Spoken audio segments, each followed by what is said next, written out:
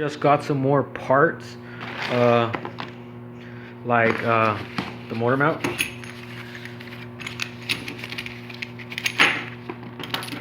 Nothing special. Same width as this one here. Let me see.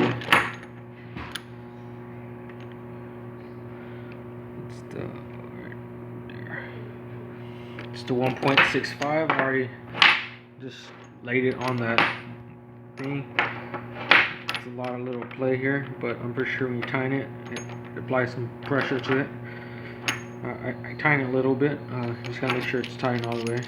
And there's a little bit of movement, so you can adjust where you want it, which is going to come in handy. You can see this is a straight motor mount and this is an offset. See the difference where this motor would sit right here and the offset's right here. It's just pretty much almost like one bolt away. You can line up the holes and the offset. And like I said in my other video, this is an offset spacer for the rear. There's a triangle here and a triangle here pointing this way, and apparently they go side, like if this one's here pointing this way, this one points this way and it sits here, and then you bolt it because one of them's threaded. But I converted it to a rear motor mount to be centered. A centered rear motor mount, so I'm going to use this for the meantime until I get my CNC aluminum Cen-Valley cylinder. It's a custom cylinder made for Cen-Valley. You don't need a conversion plate, so this spacer is going to go this way, and this spacer is going to go that way, and my motor is going to be right there. So it's going to keep my motor dead center and looking pretty. So I got that for my spacing, and I got the throttle, the thumb throttle. It's actually bigger than I thought. I thought it was just going to be a little one. Okay, it comes with, I don't know, they're saying that they have all this stuff. I guess they're racing performance. They have this guy. Kind of funny looking. Dear customer, satisfied top product. This is Max, that brand. A nice thing, they did take care of their packaging. They put lots of foam peanuts. I guess you could call those peanuts, or tubes. They're actually better than the peanuts if you. And then padding here too, so they went real quick. They went all out on the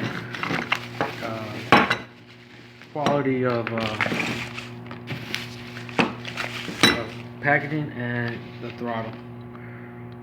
Like I said, I went with this one. I did just space it all the way out to have maximum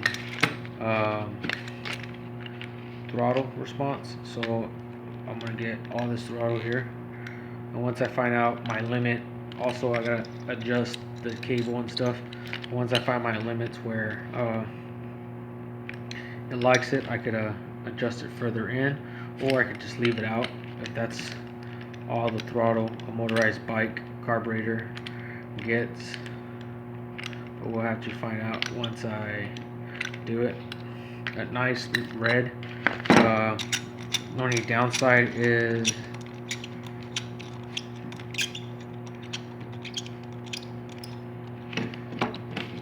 there's a lot of adjustment, so that's pretty cool. You know, if I had this is I think for a Yamaha.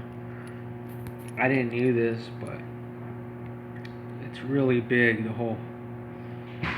So I'm gonna have to run some shims or spacers to get that going. I already busted it loose just to see. I could probably shave this or insert the right size one inside here. I'm pretty sure it won't affect it too much. Or I could even drill the hole in here and then thread it or something to have the right piece that looks like this inside here. So I'm gonna have to make that work. Then I can remove this nut if I have to have more room. I got this one because I like the little aluminum engravements.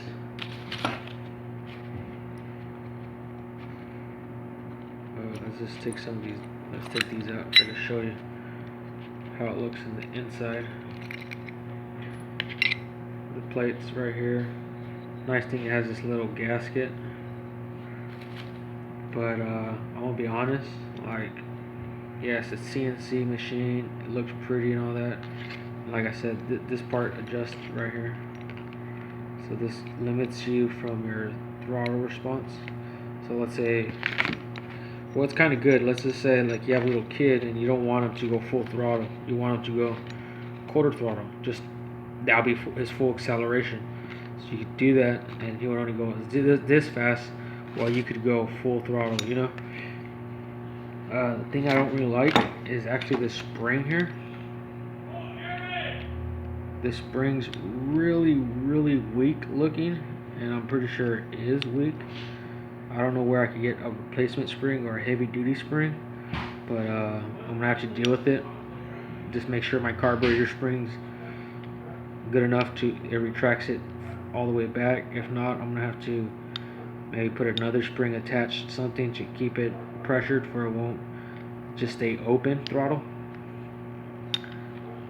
But I don't think that's gonna be the problem because it goes right back. So there's that. I can show you how big it looks. Like I said, it was bigger than I thought, but pretty much you bolt it like this. It's gonna have this big old thing here. Thumb throttle right here. So I might as well just mount it. Now comes the time, because my original plans was that CNC aluminum cylinder, but now that I'm gonna have to use a stock engine with a minerality conversion plate, because right now I'm liking the minerality conversions. They seem pretty fast. Don't know about how reliable. I haven't used mine. This one right here, I haven't used it over, like, I don't know, over an hour of riding. Just maybe 30 minutes, 45 minutes at the most. But I want to see how reliable, and hopefully this thing could last. The rims, hopefully it doesn't destroy on me. But I'm gonna have to use these spacer plates. I'm gonna clean it up. Like I said, I put Sharpie lines, and it's a little uneven. Just gotta match them. Clamp them down with the holes, bolt it down without this plate. Just that plate and that plate, and then shave them to evenness, where they could both look the same. I might as well just leave this bottom part flat. That doesn't bother me. But like this part and that part not being the same, it was because I got it from the same piece of metal. Actually, this piece was one long piece, but there was a hole in the middle, so the hole was about right here. So that's why this piece has that little piece notched out, and this piece is more longer. It's just that. This stainless steel hardware doesn't concern me. I would like grade 8 bolts, but it might be good quality enough on these hardware for this motor mount. And they use these hefty